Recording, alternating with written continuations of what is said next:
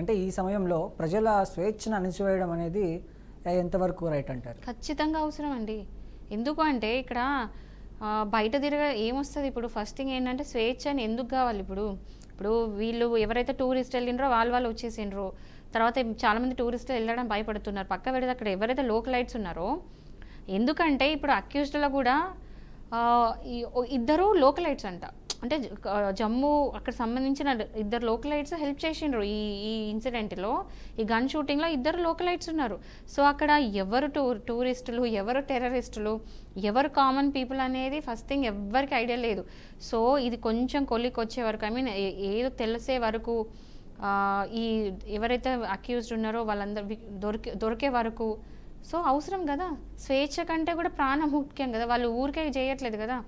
వాళ్ళ ఖచ్చితంగా వాళ్ళని కాపాడడానికి చేసిన ఏమంటారు ఇవన్నీ కూడా రూల్స్ అండ్ రెగ్యులేషన్స్. వాళ్ళు అక్కడ పెట్టింది ఎందుకు?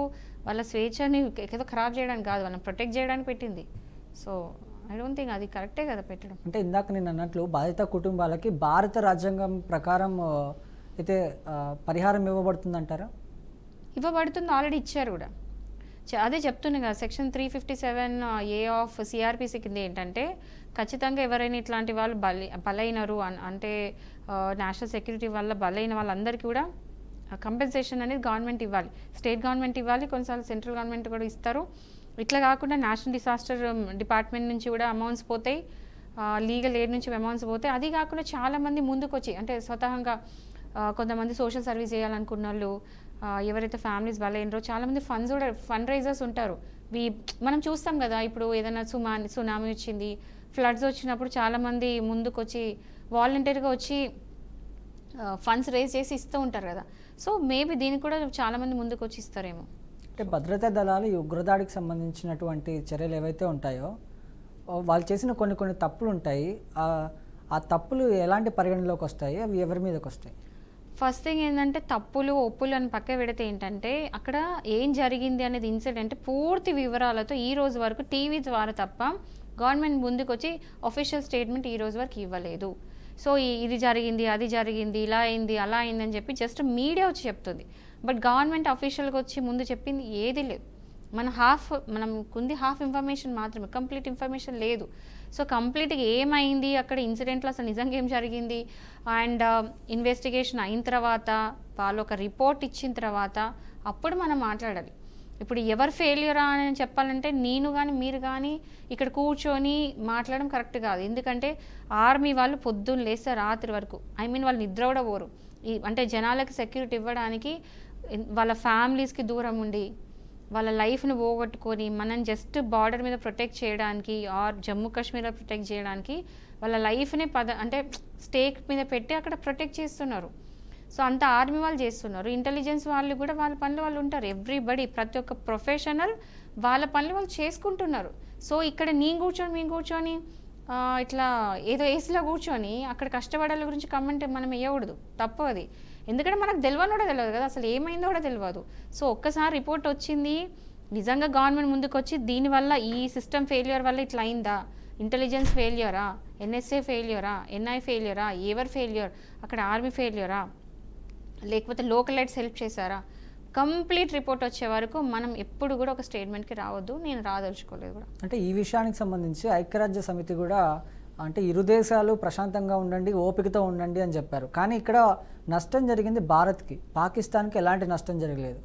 సో ఇట్లా ఓపిక పట్టుకొని ఉండండి, తర్వాత చూద్దాం అనేది ఎంతవరకు కరెక్ట్ అంటారు? ఓపిక ఎందుకు ఉంటుంది? మీకుందా, నాకుందా, ఎవరికి ఉంది? ఇప్పుడు ఒక 2 days నుంచి అయితే ప్రతి ఒక్కరు డిస్టర్బ్ అయి ఉన్నారు. టీవీలో చూస్తే అదే వస్తుంది, మనం ఈ ఫోన్ ఓపెన్ చేస్తే అదే వస్తుంది. అండ్ చిన్న పిల్లలు ఏడుస్తున్నారు. మనం చూసినాం, ఒక 1.5 year బాబు వాళ్ళ నాన్న బాడీ మీద కూర్చొని ఏడుస్తూ ఉన్నాడు, నాన్న కావాలని చెప్పేసి. ఆ బాబుని తీసుకొని వెహికల్లో కూర్చోబెట్టుకొని తీసుకెళ్ళేటప్పుడు కూడా నాకు నాన్న కావాలని ఏడుస్తున్నాడు. ఇవన్నీ ఎంత డిస్టర్బింగ్ ఉన్నాయి, ప్రతి ఒక్కరికి డిస్టర్బ్ అయినరు. అండ్ గవర్నమెంట్ కూడా దీన్ని చాలా సీరియస్గా తీసుకుంది. ఇప్పుడు ఇండస్ వాటర్ ట్రీటీ కూడా క్యాన్సిల్ చేశారు. అంటే ఇప్పుడు అది మీకు అందరికీ తెలుసు కదా, అంటే పాకిస్తాన్ మీద ఇండైరెక్ట్గా ఒక వార్ అనేది ప్రకటించినట్టు అందరూ ఒక స్పష్టత అయితే ఉంది. అంటే ఇది చేస్తే మేము ఊరుకోము, ఇట్లాంటి అంటే ఉగ్రవాద దాడులు చేస్తే మేము ఊరుకోము అని చెప్పేసి ఒక గవర్నమెంట్ ఒక క్లియర్ మెసేజ్ ఇచ్చింది కూడా. అందుకని చెప్పేసి ఇమ్మీడియట్గా ఇండస్ వాటర్ ట్రీటీ అనేది క్యాన్సిల్ చేసుకుంది.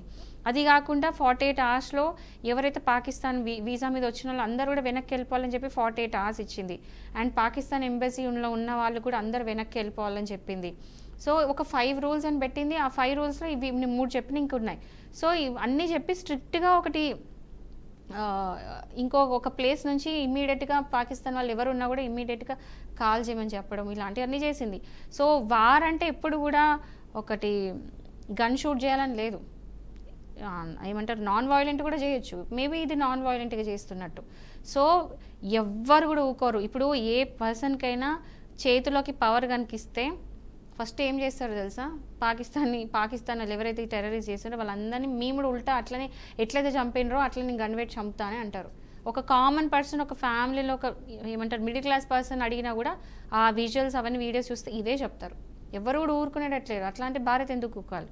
సో ఇప్పుడు ఇంకోటి, ఇప్పుడు యుఎన్ ఏదైతే ఉందో, యుఎన్ఓ ఏం చెప్తుంది, ప్రశాంతంగా ఉండండి. ఎందుకంటే దాని డ్యూటీ అదే, దేశాలు కొట్టుకోకండి, ప్రశాంతంగా ఉండండి, ఏమంటారు పీస్ఫుల్గా ఉండండి అని చెప్తారు. కానీ నష్టమైంది రియల్ కూడా మనకే, వాళ్ళకి కాదు కదా. కానీ ఒక పెద్ద మనిషి అంటే ఉంటారు కదా తల మీద, ఇప్పుడు ఒక మీడియేటర్ ఎట్లుంటారు, మీడియేటర్ డ్యూటీ ఏంది, కాంప్రమైజ్ కండి, సెటిల్మెంట్ కండి, ప్రశాంతంగా ఉండనే చెప్తారు. వాళ్ళ డ్యూటీ వాళ్ళు చేస్తున్నారు. కానీ మనం కూడా చేయాలి. ఇది ఊరుకోవద్దు. మనం కూడా ఒకటి రివెంజ్ అనేది తీసుకోవాలి. వాళ్ళు చేసిన దానికి మనం కౌంటర్ అటాక్ అనేది కంపల్సరీ ఇవ్వాలి. లేకపోతే ఇవి కంటిన్యూ అయితే ఉంటే మన చేతగానితనము మనం చాటుకున్నట్టు అవుతుంది. అంటే ఇందాక మీరు అన్నట్లు చిన్న అబ్బాయి, తనకేం తెలియదు, వాళ్ళ నాన్న చనిపోయాడు, సో 10 లక్షలు పరిహారం ఇవ్వడం జరిగింది. అంటే ఈ 10 లక్షలు ఏం పనికి వస్తుంది ఆ అబ్బాయికి? ఆ అబ్బాయి ఫ్యూచర్ ఏంటి? ఫ్యూచర్లో ఎలాంటి ఇబ్బందులు ఎదుర్కోవాల్సి వస్తుంది ఆ అబ్బాయి? అంటే ప్రభుత్వం ఈ పరిహారం మీద స్పష్టతను ఎలా కనిపిస్తుంది? ఇప్పుడు 10 లక్షలు ఎక్స్‌గ్రేషియా అయితే ప్రకటించినట్టు అఫీషియల్గా న్యూస్. బట్ అది కాకుండా ఇప్పుడు 10 లక్షలు కాదండి, 10 కోట్లు ఇచ్చినా బాబు సరిపోదు. ప్రాణం అయితే వెనక్కి తీసుకురాలేము. సో అమౌంట్ సరిపోదా అనేది అది క్వశ్చన్ కాదు అసలు. ఎందుకంటే మీరు 10 కోట్లు ఇచ్చినా బాబు సరిపోదు. ఎందుకంటే 10 కోట్లు కాదు, ఎన్ని కోట్లు ఇచ్చినా ప్రాణం వెనక్కి తీసుకురాలేము. Simple thing. సో ఎక్స్‌గ్రేషియా ఎంత సరిపోతుంది ఏది అనేది మనం మాట్లాడడం కూడా కరెక్ట్ కాదు. ఎందుకంటే అది కంప్లీట్ గవర్నమెంట్ తీసుకునే నిర్ణయము, గవర్నమెంట్ పరిధిలో ఉన్న నిర్ణయాలు. ఒక ఎక్స్‌గ్రేషియా డిసైడ్ చేయాలి అంటే దానికి ఒక లెక్క అవన్నీ ఉంటాయి. అంటే మనం ఊరికేమి ఇవ్వరు, ఎవరికి ఎంత ఇవ్వాలనేది గవర్నమెంట్ డిసైడ్ చేస్తుంది. గవర్నమెంట్ డిసైడ్ చేసి ఇచ్చింది. లేదు సరిపోదు అనిపించినప్పుడు మీలాంటి వాళ్ళు ముందుకు వచ్చేసి ఫండ్ రైజ్ చేసి ఇవ్వాలి. ఎవరైతే సరిపోదు అని అనిపిస్తుందో, మీలాంటి వాళ్ళు మాట్లాడుతున్నారు కదా, సరిపోదు అనిపించినప్పుడు గవర్నమెంట్ ప్రతిసారి హెల్ప్ ఎందుకు చేయాలి? ప్రజలు కూడా, కామన్ పీపుల్ కూడా, ఈవెన్ మిడిల్ క్లాస్ పీపుల్ అయినా సరే, ఈవెన్ రిచ్ పీపుల్ అయినా సరే కూర్చొని గవర్నమెంట్ ఇచ్చిన 10 లక్షలు సరిపోవు ఇది అని మాట్లాడడం కాదు. మీకు చేతనైతే మీరు కూడా వెళ్ళి మీ వంత అయింది మీరు ఫండ్ రైజ్ చేసి వాళ్ళందరూ పంపించండి. ఎప్పుడు గవర్నమెంట్ ఎందుకు హెల్ప్ చేయాలి? కామన్ పీపుల్ కూడా చేయాలి. అందరు కోఆపరేట్ చేసుకోవాలి. ఎండ్ ఆఫ్ ద డే అందరూ ఇండియన్సే కదా. అంటే ఇక్కడ ఆస్తి నష్టం జరిగింది, ప్రాణ నష్టం జరిగింది కామన్ పీపుల్కి. వాళ్ళని రక్షించే బాధ్యత ప్రభుత్వానికి ఉంటుంది. ఎందుకంటే రక్షణ శాఖ అనేది కూడా ఒకటి ఉంటుంది. అంటే ఇక్కడ రక్షణ శాఖ ఫెయిల్ అంటారు. నేను అదే అంటున్నా, ఫెయిల్యూర్ అనేది నేను కూర్చొని మాట్లాడుకునేది కాదు. అంటిల్ అన్లెస్ ఒక రిపోర్ట్ రావాలి, ఇన్వెస్టిగేషన్ రిపోర్ట్లో ఎవరు ఫెయిల్యూర్ అని అఫీషియల్గా చెప్పినప్పుడు. ఎందుకంటే మీరు వెళ్ళి సీన్ చూసారా, అక్కడ ఏం జరిగిందో మీరు ప్రత్యక్షంగా వెళ్ళి చూసారా? నేను చూసానా? చూడలేదు. సో చూడనప్పుడు ఒక స్టేట్మెంట్ పాస్ చేయడం కరెక్ట్ కాదు. ఎందుకంటే మనం డిస్రెస్పెక్ట్ చేసినట్టు. ఎంతోమంది కష్టపడి అక్కడ అంత కష్టపడుకుంటే ప్రొటెక్ట్ చేస్తున్నారు, వాళ్ళు ఫెయిల్ అయినారు అంటే there should be a reason కదా. ఏదో ఒక రీజన్ ఉండాలి. ఎక్కడ ఫెయిల్ అయిందనేది తెలియదు మనకి. సో మనము అంత కష్టపడే వాళ్ళ గురించి మనం ఇక్కడ కూర్చొని ఒక స్టేట్మెంట్ పాస్ చేయడము లిటరల్లీ మనం డిస్రెస్పెక్ట్ చేసినట్టే. ఓకే, దేశభక్తి లేనట్టే కరెక్ట్ చెప్పాలంటే. ఒక స్టేట్మెంట్కి రాకూడదు, ఖచ్చితంగా ఆలోచించి మాట్లాడాలి. అండ్ ఇక్కడ ఎవరు ఫెయిల్యూరా అంటే అక్కడ ఇప్పుడు మనకి ఎంతోమంది లోకలైట్స్ ఎవరైతే అక్కడ, ఇప్పుడు హైదరాబాద్ వాళ్ళు కూడా చాలామంది అక్కడికి వెళ్ళి టూరిస్ట్ లాగా ఉండి అక్కడ చూసి వచ్చిన వాళ్ళు ఏం చెప్తున్నారంటే, మాకైతే సెక్యూరిటీ ఫుల్ టైట్ అనిపించింది, అసలు ఇది ఎట్లా అయిందో అని మొన్న ఒక కాల్లో నేను మాట్లాడినప్పుడు విన్నాను. ఆమె ఏం చెప్తుంది, ఎవ్రీ 1/2 కిలోమీటర్కి ఆర్మీ వాళ్ళు ఉన్నారు, అక్కడ మొత్తం చెక్ చేసి పంపిస్తారు, అంత టైట్ సెక్యూరిటీలో ఉన్నప్పుడు కూడా అసలు ఇది ఎట్లా అయిందనేది అర్థం కావట్లేదు అనింది. సో ఒక కామన్ పర్సన్కి అది అర్థం కాకపోయినా టెక్నికల్లీ ప్రొఫెషనల్స్ ఎవరైతే ఉంటారో, ఎవరైతే నాలెడ్జ్ ఉందో వాళ్ళు కరెక్ట్గా చెప్తారు ఎక్కడ ఫెయిల్యూర్ అయింది, సిస్టమ్ ఫెయిల్యూరా. డిఫెన్స్ ఫెయిల్యూరా, ఆర్ ఎల్స్ ఆర్మీ ఫెయిల్యూరా, లేకపోతే ఇంటెలిజెన్స్ ఫెయిల్యూరా, నిజంగా గవర్నమెంట్ ఫెయిల్యూరా, ఎవరు ఫెయిల్యూర్ అనేది ఎవరికి తెలియదు. ఆ ఫెయిల్యూర్ అనేది ఎక్కడైనా వచ్చి ఖచ్చితంగా రిపోర్ట్ వస్తుంది. అది వచ్చినప్పుడు మనం మళ్ళీ మాట్లాడదాం. ఓకే, సో కాలర్ అయితే ఉన్నారు మనతో పాటు మాట్లాడేందుకు లైవ్ ఫోన్ కాల్లో. శ్రీనివాస్ గారు నమస్కారం అండి. నమస్కారం అండి. చెప్పండి అండి. అదేనండి, మన హిందువుల మీద దాడి చేయడం చాలా బాధాకరంగా ఉందండి. అవునండి, అవును. ఇప్పుడు ఉగ్రవాదులు దాడి చేశారు కదా, అవును, హిందువులనే టార్గెట్ చేసి ఇట్లా చేయడం అనేది బాధాకరంగా ఉంది. తర్వాత ఏంటంటే హైదరాబాదు ఓవైసీ వాళ్ళు మనల్ని ఏంటంటే మభ్య పెడుతున్నట్టు అనిపిస్తుంది మనకి. ఎందుకంటే ఒకప్పుడు హిందువులందరినీ ఒక గంట కనుక పోలీసులు ఆపే సెలవు తీసుకుంటే మొత్తం అందరినీ హిందువులందరూ నరికేస్తామని అన్నారు. ఇవాళ మళ్ళీ నల్ల బాబ్జీలు కట్టుకొని ఏదో ఇట్లా చేస్తున్నారు. కానీ ఇదంతా హిందువులు ఇట్లా ఐక్యంగా ఉండకపోతే హిందువులు బతికే పరిస్థితికి కనపడలేదండి. అవునండి. మనకున్న మెయిన్ ల్యాకింగ్ ఏంటంటే తప్పేంటంటే హిందూస్లో యూనిటీ ఉండదు. హిందువులలో అసలు యూనిటీ ఉండదు, అంటే ఐకమత్యం అయితే ఉండదు. కొంతమంది వచ్చి ఇది సెక్యులర్ కంట్రీ అంటారు, కొంతమంది వచ్చి ఇది అంటారు, కొంతమంది వచ్చి అంటారు. అసలు ఇది చాలామంది చూస్తుంటే ఏంటంటే ఇది అసలు మతపరమైనది కానే కాదు. ఈ అటాక్ అనేది మతపరమైనది కాదంట. అది నాకు ఎంత ఆశ్చర్యం వేస్తుంది అంటే కొంతమంది వచ్చి డైరెక్ట్ స్టేట్మెంట్ ఏంటి, ఇది మతపరంగా చూడకూడదు, మతపరంగా కాలేదు. అసలు కొంతమంది చేత అసలు హిందూస్ని అసలు టార్గెట్ చేయలేదు, వాళ్ళేదో చంపుకున్నారు, ఇదంతా ఫేక్ న్యూస్ అంటున్నారు. ఫేక్ న్యూస్ ఎట్లా అవుతుంది? ఒక 5 years కిడ్ వచ్చి, ఒక 5 years పిల్లోడు వచ్చి మాట్లాడుతున్నాడు. అతని 5 years పిల్లని ఎవరైనా ట్రైన్ చేస్తారా?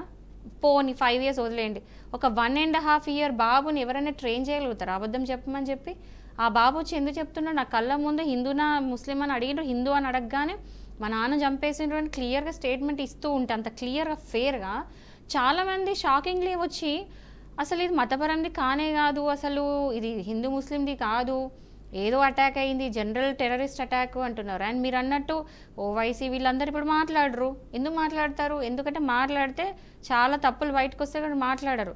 బట్ వాళ్ళు ఇవి అంటే డైవర్ట్ చేయడం ఇవన్నీ పక్క పెడితే ఏంటంటే నిజం ఎప్పటికైనా నిజం ఎప్పటికైనా బయటకు వస్తుంది. ఇన్సిడెంట్ ఏంటంటే మనం చూడాల్సింది ఇక్కడ రాజకీయ పరంగా అది ఏ పార్టీ చేసింది, ఏ పార్టీ వాళ్ళు ఏం మాట్లాడుతున్నారు అనేది కాదు మనం చూడాల్సింది. ఇక్కడ నష్టం జరిగింది భారతీయులకి, అక్కడ నష్టపోయింది భారతీయుల కాదు, నష్టం జరిగింది హిందువులకి. హిందువులు భారతీయులు హిందువులే కాదనట్లా, కానీ ఇక్కడ నష్టం జరిగింది క్లియర్గా ఎక్స్క్లూజివ్గా హిందువులకి. ఇండియన్సే తర్వాత ఇండియన్స్ ఏమో ఫస్ట్ ఇండియన్స్ తర్వాత హిందువులు అనొచ్చు, కానీ ఇక్కడ ఎక్స్క్లూజివ్గా అయింది హిందూస్కే. ఓకే, ఇది గుర్తుపెట్టుకోవాలి.